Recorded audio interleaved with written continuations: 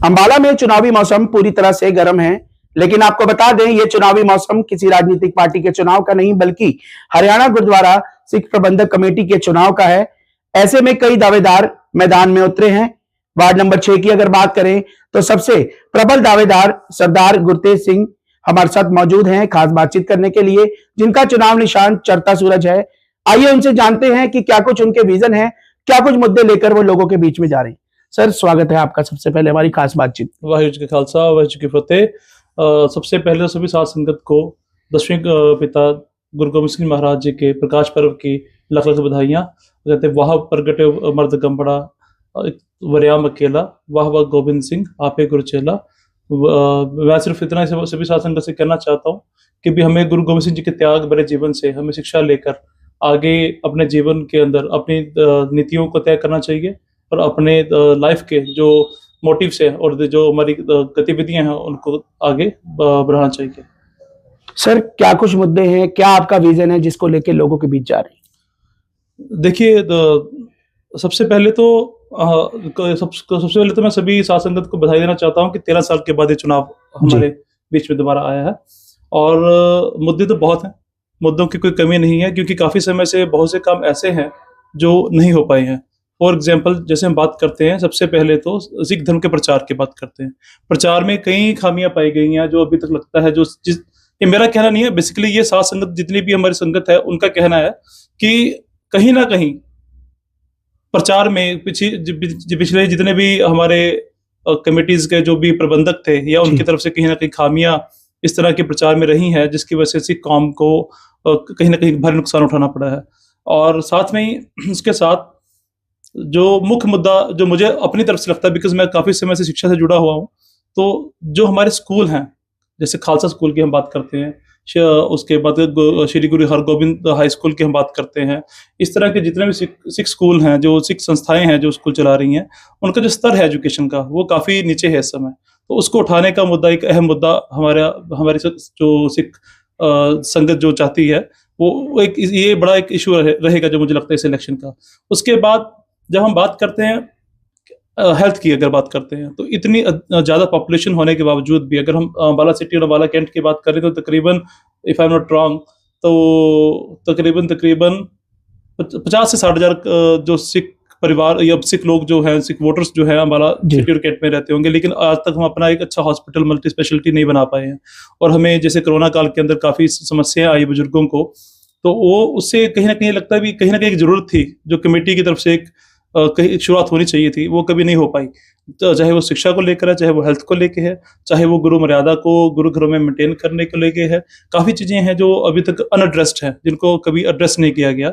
उसके अलावा जैसे हरियाणा की सिख संगत की अगर हम बात करते हैं, तो जैसे हम जो जितने हमारे दार्शनिक स्थल हैं, जैसे श्री दरबार साहिब जी अमृतसर, हम बात करते हैं, जब वहाँ पर हमारी यात्रा की जब बात आती है तो वहाँ पर रहने का जो इंतजाम है, तो उसके अंदर भी कहीं ना कहीं हमें हरियाणा की सिख संगत को भेदभाव की नीति से कहीं ना कहीं गुजरना पड़ता है। जैसे कि कमरा लेने के लिए, कोई अच्छी जगह रुकने के लिए, रात को आराम करने के लिए समस्याओं का सामना करना पड़ता है। और कई बार तो बड़ी सिफारिशों के बाद कमरा वहाँ पे अवेलेबल होता है। और सबसे पहले तो ये पूछा जाता है कि भी आप कहाँ से हैं, आप हरियाणा से हैं, तो हरियाणा वालों को कमरा की प्रेफरेंस कम दी जाती है। तो एक ये मुद्दा भी अलग से कहीं ना कहीं जो मुझे लगता है जिसका जो संगत के जो व्यूज हैं वो इस चीज को लेके बड़े सख्त हैं कि भी ये चीजें जो है कहीं ना कहीं सिख धर्म से कौम से संगत को तोड़ने का काम करती हैं।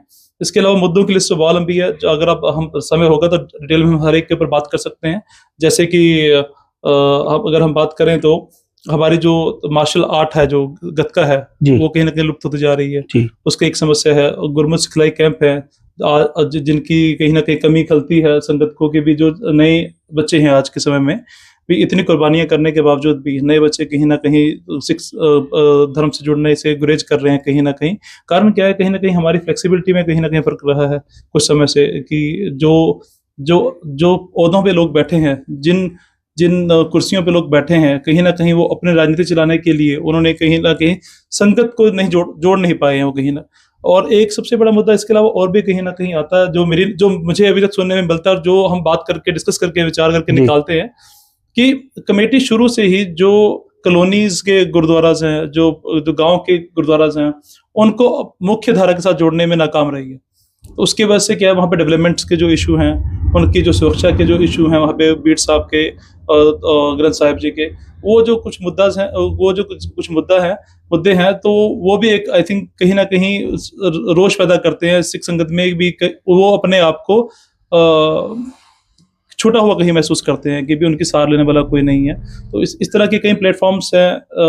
आमदन की, गुरुघर की आमदन की अगर हम बात करते हैं और खर्चे की बात करते हैं, भी खर्चा सही ढंग से पारदर्शी तौर से अगर खर्चा हो रहा है नहीं हो रहा है, ये कुछ संगत जाना चाहती है भी। जो संगत का जो दसवंत जो निकाल के संगत अपनी जेब से जो मेहनत करके कमा कर गुरु घर में दान करती है भी, उसका वो पैसा लग कहाँ रहा है और उसका यूज क्या हो रहा है, वो अच्छे काम के लिए लग रहा है नहीं लग रहा है। उसके बाद फिर जो कई कमजोर सिख वर्ग है, चाहे सिखलीगर बिरादरी की हम बात करते हैं या भाट बिरादरी की बात करते हैं, हमारे शहर के अंदर काफी ऐसी बिरादरी है। वैसे सिख के अंदर हम बिरादरी को मानते तो नहीं, लेकिन जो अब टर्म्स बनी हुई है सामाजिक तौर पर, उसको हमें एक्सेप्ट करना पड़ता है कई बार।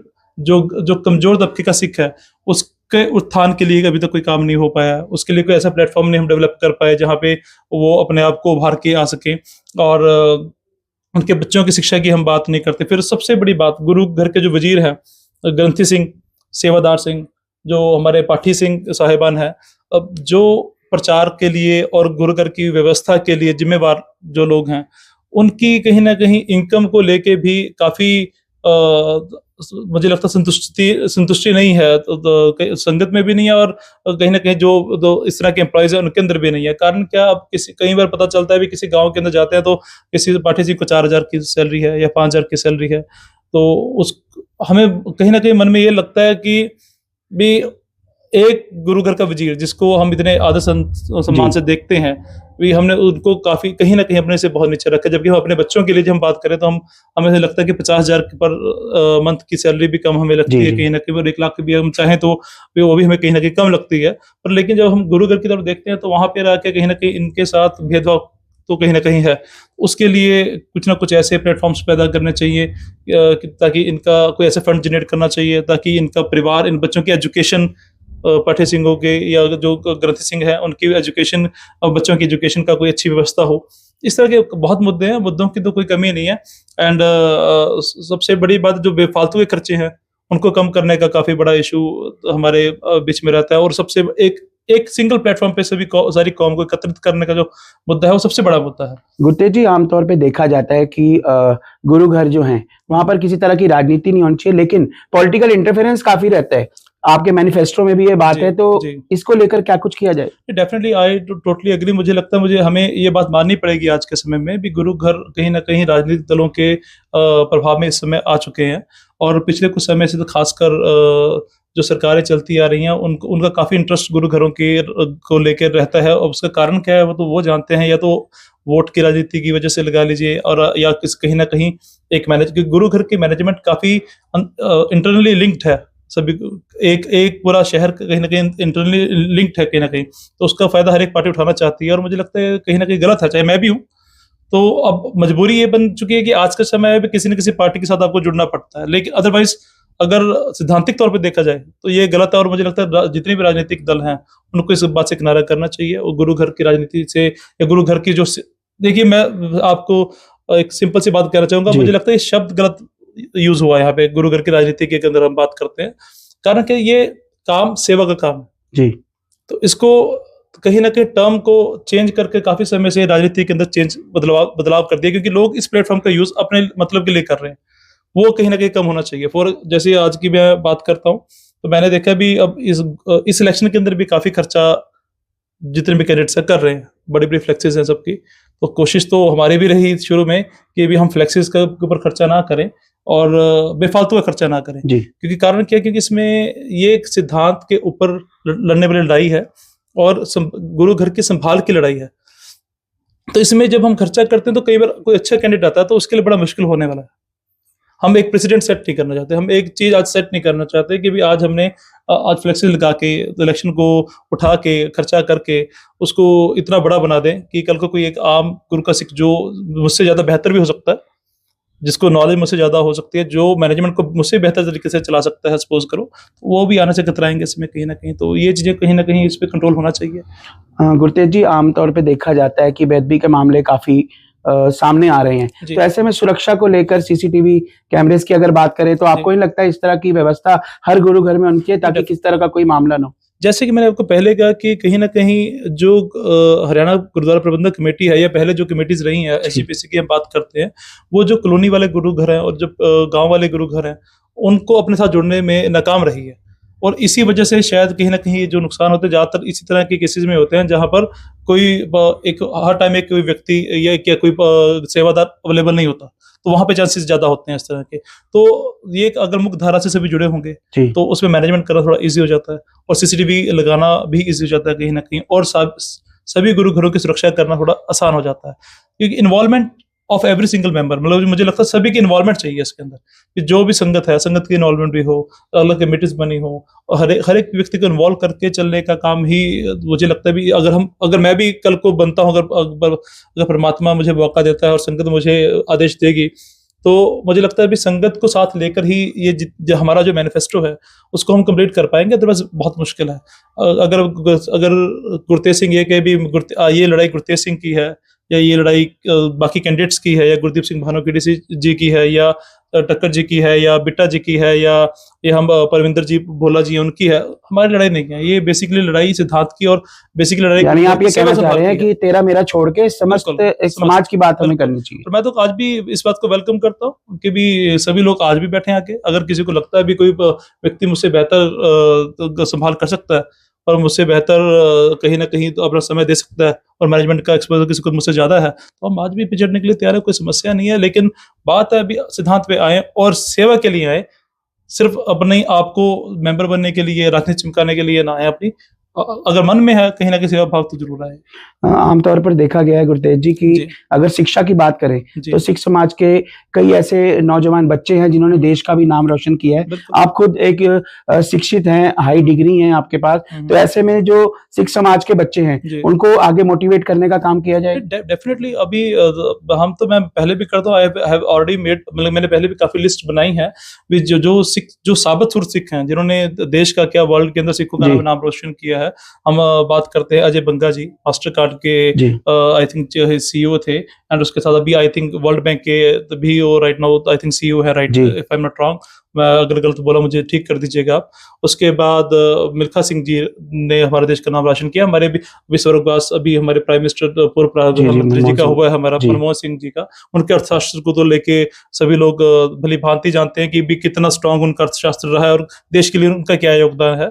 एयर मार्शल अर्जुन सिंह जी हैं, वो अकेले सिख हैं जो इस पोस्ट पे पूरे इंडिया में रहे हैं। एयर मार्शल अर्जुन सिंह जी का हम बात कर सकते हैं। और फॉरेन के अंदर तो आई थिंक कनाडा और यूएसए जैसे देशों में तो मुझे लगता है बहुत लंबी लिस्ट है। जैसे संत सिंह चटवाल है, is a very big hotelier and very big businessman in India and US के डिप्लोमेटिक रिलेशंस को मेंटेन करने के अंदर उनका बहुत बड़ा योगदान रहा है। खुशवंत सिंह जी बड़े अच्छे राइटर रहे हैं। मल्टीपल आई थिंक बहुत अच्छी पर्सनैलिटीज हैं जिनका रीजन क्या है, उनको बच्चों तक लेके ही नहीं आया गया कभी कि these are also are personalities. फिर उसके बाद अगर हम देखिए जो सिक्खी है ना साहब, वो किरदार के ऊपर बेसिस है। It's all about character. हम पीछे भी उठा के देखें तो हमने किरदार के लिए कुर्बानियां की हैं, ठीक, किरदार के लिए ही शुरू से लड़ाई चलती रही है और सिर्फ कहीं ना कहीं सिद्धांत के लिए ही इतनी कुर्बानियां हो चुकी है। 10वें पिता महाराज ने, जिनका आज प्रकाश पर्व भी है, पीछे तो कुछ दिन पहले तो छोटे साहिबजादे थे उनका और बड़े साहिबजादे का शहीदी पर्व हमने मनाया पीछे। तो हम सिक्खी कौम तो ये कि जो कुर्बानियों को भी पर्व की तरह मनाती है।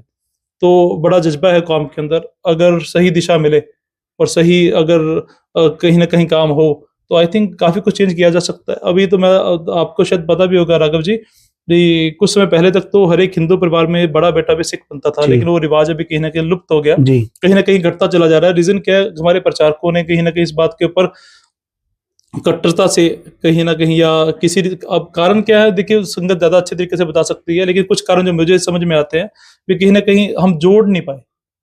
वो ना जोड़ने की जो समस्या है ना, वो कहीं ना कहीं हमें कहीं ना नुकसान कर कहीं रही एक है। गैप जो काफी गैप मेंटेन हो काफी गया। गैप मेंटेन हो गया।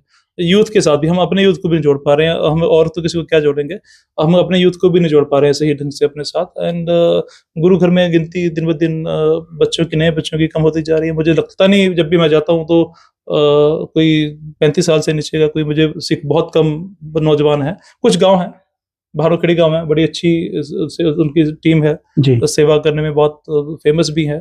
फलाना गांव है, कुछ गांव तो बहुत अच्छे गांव हैं जहाँ पे कुछ काम हो रहा है, लेकिन ओवरऑल कुछ ज्यादा मुझे लगता है काफी नुकसान हो चुका है। गुटेश जी, अंत में सिख संघ से क्या आप अपील करना चाहेंगे हमारे चैनल के माध्यम से? बस मैं तो सभी से यही कहना चाहूंगा जी, भी आपने सभी आपके पास आएंगे, सभी से आप अपने उनके एजेंडा पूछना भी, उनका एजेंडा क्या है। एंड उनका किरदार पूछिएगा भी, उन्होंने अभी तक जिंदगी में क्या किया है, लाइफ में पीछे उनका उनको चेक कीजिए, जांच पड़ताल कीजिए, क्योंकि ये मुद्दा सिर्फ ना तो मेरा है, ये हम सभी का मुद्दा, कॉमन मुद्दा है कि भी जो चुनाव है, चुनाव में अगर सही व्यक्ति चुनकर आएगा तभी कुछ बदलाव हो पाएगा। अगर सही व्यक्ति की जगह कोई किसी को हम सीट पे बिठाएंगे आज, तो कल आने वाले कल में जो मुश्किलें होंगी वो हमें सबको फिर मिलकर ही झेलनी पड़ती है। बाद में पछताने के बाद कोई फायदा नहीं होता, बिकॉज अभी तो कोई आएगा, वो कहेगा जी आप मेरी जात के हो, मेरे को वोट डाल दो। अब कोई आप मेरे मित्र हो, मेरे को वोट डाल दो। आपके साथ सारा दिन घूमता हूँ तो मेरे को वोट डाल दो। ये चीजों को थोड़ा अवॉइड करके भी रिश्तेदारियों को, जात को, सभी को छोड़कर भी एक सही कैंडिडेट को चुनिए, वो आपने डिसाइड करना है। हम तो आपके सामने अपने मुद्दे रख सकते हैं, बातें रख सकते हैं, चूज आपने करना जी, चुनाव आपका है। दान मत का दान मतलब आपकी दिमाग से हमने अपने मत को डालना। मत को दान करने का मतलब होता है कि जी मत से दान करना है आपका। यही आपसे गुजारिश है जी। वाहिगुरू जी का खालसा, वाहिगुरू जी की फतेह।